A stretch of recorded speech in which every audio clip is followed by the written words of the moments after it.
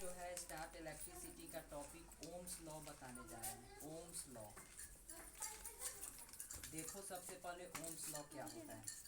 Ohm's law जो मेरा होता है, at constant temperature current flowing through a conductor is directly proportional to the potential difference across its ends. कहने का मतलब है कि मेरा टेम्परेचर जो है यहाँ पे क्या रहेगा, कांस्टेंट रहेगा। एट कांस्टेंट टेम्परेचर मतलब हमारा जो यहाँ पर टेम्परेचर है, टेम्परेचर क्या रहेगा, कांस्टेंट रहेगा। और जो मेरा करेंट जो फ्लोइंग होगा, करेंट को हम लोग आई से डिनोट करते हैं। करेंट जो फ्लो होगा कंडक्टर में वह डायरेक्टली प्रोपोर्शनल होगा। डायरेक्टली प्रोपोर्शनल का ये साइन है। डायरेक्टली प्रोपोर्शनल क्या होता है, डायरेक्टली प्रोपोर्शनल है पोटेंशियल डिफरेंस का। डायरेक्टली प्रोपोर्शनल है पोटेंशियल डिफरेंस का। पोटेंशियल डिफरेंस का अगर डायरेक्टली प्रोपोर्शनल है तो आई बढ़ेगा तो मेरा भी क्या होगा, बढ़ेगा। डायरेक्टली का मतलब होता है कि अगर आई डायरेक्टली प्रोपोर्शनल भी है तो आई बढ़ेगा तो मेरा भी बढ़ेगा। अगर भी मेरा बढ़ेगा तो आई भी बढ़ेगा। इसको हम ये भी बोल सकते हैं कि और भी जो है डायरेक्टली प्रोपोर्शनल है किसका, आई का। मतलब आई डायरेक्टली प्रोपोर्शनल है भी का, और भी जो है डायरेक्टली प्रोपोर्शनल है किसका, आई का। एक्रॉस इट्स एंड्स मतलब क्या, पोटेंशियल डिफरेंस जो मेरा होता है दो पॉइंट के बीच का डिफरेंस होता है, उसी को हम लोग बोलते हैं क्या, पोटेंशियल डिफरेंस, जो कि हम कल बताए थे आप लोग को। और work done per unit charge भी होता है। V बराबर क्या होता है, W/Q, मतलब work done per unit charge V बराबर होता है। डायरेक्टली प्रोपोर्शनल है V का, और V डायरेक्टली प्रोपोर्शनल है किसका, I का। तो यहाँ से हमको ओम्स लॉ जो होता है V बराबर IR होता है। हमको निकालना है V बराबर IR। जब प्रोपोर्शनलिटी का साइन हटता है तो एक बराबर का साइन आता है। मतलब अगर V डायरेक्टली प्रोपोर्शनल है I का तो हम डायरेक्टली प्रोपोर्शनलिटी का साइन हटाएंगे और एक बराबर का साइन देंगे, V बराबर। और जब बराबर का साइन देते हैं तो एक कांस्टेंट टर्म हम देते हैं।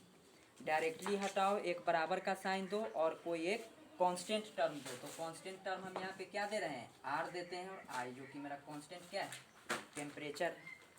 तो यहाँ से हमको क्या मिलेगा, V बराबर RI लिखो या फिर IR लिखो। यही होता है आपका क्या, ओम्स लॉ। यही क्या होता है, ओम्स लॉ। ओम्स लॉ के बाद इसका डिफिनीशन लिख लो कि एट कांस्टेंट टेम्परेचर, ये प्रूव हो गया Ohm's law.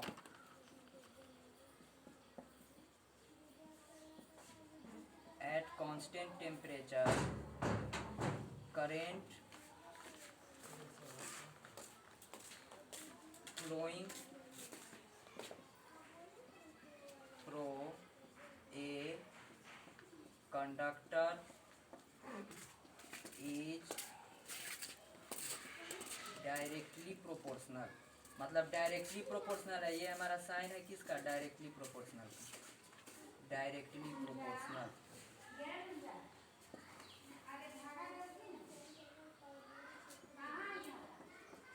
Through across at its end. ये मेरा होता है ओम्स लॉ। ये डिफिनीशन है, यहाँ पे ऊपर में प्रूफ भी कर दिया गया है। इसके बाद मेरा नेक्स्ट टॉपिक देख लो, V बराबर IR होता है, ऊपर से मिटाते हैं। अब बच्चा लोग अपना रोक करके और तब अपना फिर देख लेगा। देखो यहाँ से अगर V बराबर IR है बाई ओम्स लॉ, V बराबर मेरा होता है IR। तो यहाँ से अगर हमको I बोलेगा निकालने के लिए तो I बराबर हम बोल सकते हैं V/R। तो I निकालना होगा तो V/R, कोई दो टर्म दिया हुआ रहेगा, तीसरा निकालना है। मतलब अगर I और R दिया हुआ रहेगा तो हम V निकाल सकते हैं V बराबर IR से। I अगर निकालना होगा और V और R दिया हुआ रहेगा तो I बराबर VR लिखेंगे। उसके बाद अगर हमको R अगर निकालना होगा तो हम V क्या लिखेंगे, I लिखेंगे। ठीक, यही मेरा तीन इसमें से राइज हुआ क्या, फार्मूला। बाई ओम्स लॉ में से हम लोग कितना राइज किए, तीन राइज किए। इसके बाद हमारा टॉपिक आता है रजिस्टेंस। इसके बाद हमारा टॉपिक कौन सा आता है, रजिस्टेंस। तो देख लो सबसे पहले रजिस्टेंस क्या होता है। टॉपिक का नाम है ओम्स लॉ के बाद रजिस्टेंस। देख लो, रजिस्टेंस का जो है ये साइन होता है, ये इसका डायग्राम। किसका? रजिस्टेंस का। रजिस्टेंस को दो भागों में बांटा गया है। एक होता है मेरा रजिस्टेंस इन सीरीज और दूसरा मेरा होता है रजिस्टेंस इन पैरेलल। 10-15 मिनट से ज़्यादा नहीं होना चाहिए। 5 मिनट हुआ है। देखिए, तो रजिस्टेंस दो तरह का, एक रजिस्टेंस इन सीरीज कॉम्बिनेशन होता है और दूसरा मेरा होता है पैरेलल कॉम्बिनेशन। बहुत एकदम VVI टॉपिक है और यहाँ से क्वेश्चन भी उठाता है, न्यूमेरिकल भी यहाँ से बनता है और उसके बाद आपका ओम्स लॉ से भी न्यूमेरिकल होता है। अब हम न्यूमेरिकल कल करवाएंगे, कल का जो क्लास होगा उसमें न्यूमेरिकल करवाएंगे। आज जो है हम सीरीज और पैरेलल कॉम्बिनेशन दोनों प्रूव करेंगे और ओम्स लॉ बताए हैं और ये तीनों पर कल सिर्फ न्यूमेरिकल का क्लास होगा, ठीक। और एक मेरा होता है पैरेलल कॉम्बिनेशन। यहाँ पे कॉम्बिनेशन लिख लो, कॉम्बिनेशन। देखो, सीरीज कॉम्बिनेशन क्या होता है और पैरेलल कॉम्बिनेशन क्या होता है। तो सीरीज कॉम्बिनेशन जो मेरा होता है उसमें पाथ एक रहता है और एक पाथ पर मतलब एक ही रास्ता पर बहुत सारा रजिस्टेंस को कंबाइन किया हुआ रहता है। रजिस्टेंस को हम लोग डिनोट करते हैं R से। रजिस्टेंस को हम लोग किस चीज़ से डिनोट करते हैं? R से। और ऐसा यूनिट ऑफ रजिस्टेंस ओम होता है। ऐसा यूनिट ऑफ रजिस्टेंस क्या होता है? ओम। जो कि ओम जो है ऐसे इसका साइन होता है। ओम का साइन क्या होता है? ये। और ऐसा यूनिट ऑफ रेजिस्टेंस होता है ओम। और हम लोग सीरीज कॉम्बिनेशन जब निकालेंगे तो हमारा बहुत सारा रेजिस्टेंस रहेगा। जैसे एक ये रेजिस्टेंस हो गया, फिर दूसरा मेरा ये रेजिस्टेंस है, तीसरा मेरा पाथ। देखो यहाँ पर एक ही पाथ है, मतलब सीधा जा रहा है यहाँ पे, लेकिन कॉम्बिनेशन क्या है? बहुत सारा रेजिस्टेंस एक ही पाथ पे कंबाइन किया गया है।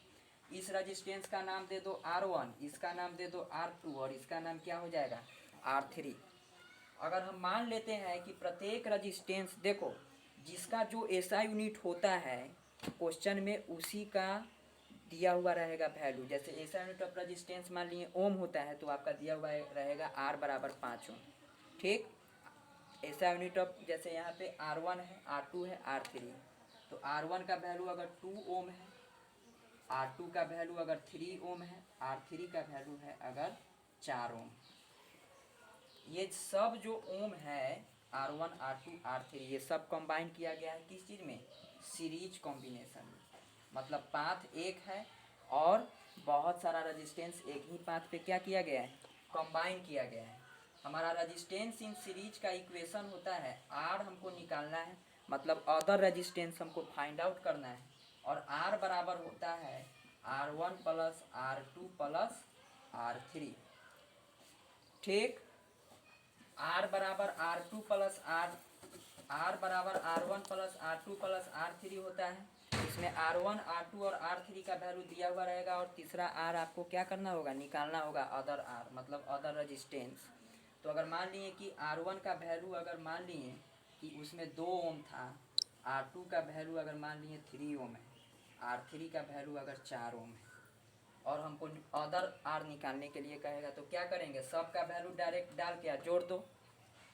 2 ओम प्लस 3 ओम प्लस 4 ओम, 4 3 7 और 7 और 2 9। तो अदर रेजिस्टेंस मेरा क्या हो जाएगा? R बराबर 9 ओम। आंसर हो जाएगा इसका कितना? 9 ओम, ठीक। अब जो है 10 मिनट कंप्लीट। 9 मिनट हो गया।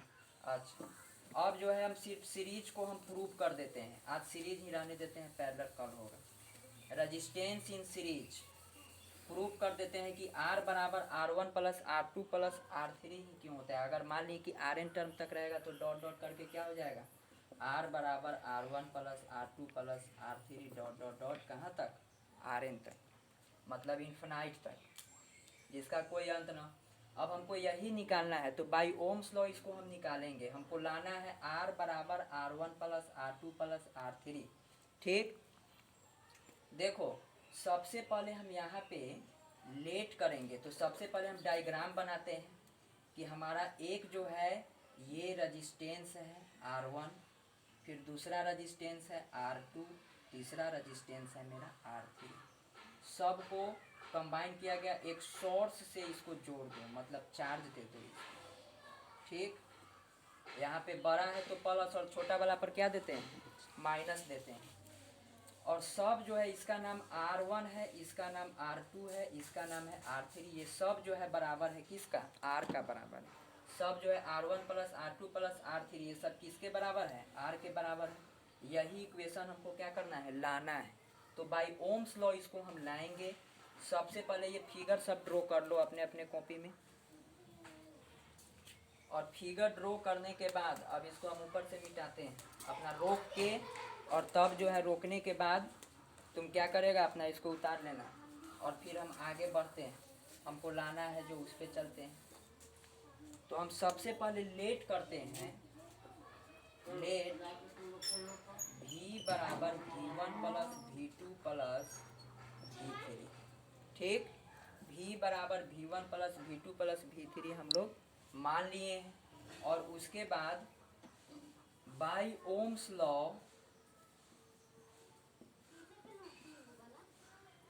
वी नो डैट v बराबर आई आर, v बराबर आई आर, इसको मान लो पहला इक्वेशन। v लेट v बराबर v1 plus v2 plus v3, ये हमारा कौन सा इक्वेशन है, फर्स्ट इक्वेशन है। By Ohm's law we know that v बराबर आई आर, मतलब जहाँ जहाँ v है वहाँ वहाँ आई आर डालो, मतलब जहाँ जहाँ v है वहाँ v का वैल्यू डालो। v बराबर I R, then put the value of v in equation first, equation first में डाल दो। तो v बराबर है v1 plus v2 plus v3, v जहाँ जहाँ है वहाँ आई आर डालना है। आई आर बराबर I are one plus I R two plus I R three. I R बराबर बताओ, इस सब में कॉमन दिख रहा है ना, क्या कॉमन है, आई कॉमन है, आई ले लो कॉमन, आई ले लेंगे तो R1 plus R2 plus R3, common जो सब में होता है उसको हम लोग कॉमन ले लेते हैं। आई से आई कैंसिल हो जाएगा, R बराबर R1 plus R2 plus R3 हमारा हो गया रेजिस्टेंस इन पैरेलल प्रूफ। चलो कंप्लीट।